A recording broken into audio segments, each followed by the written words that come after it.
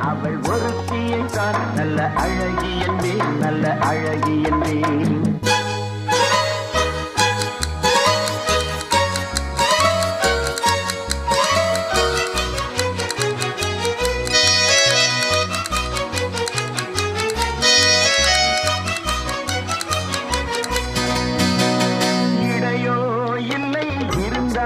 முல்லை கொடி போல் மெல்ல மழையும் சின்ன குடை போல் விரியும் இமையும் விழியும் பார்த்த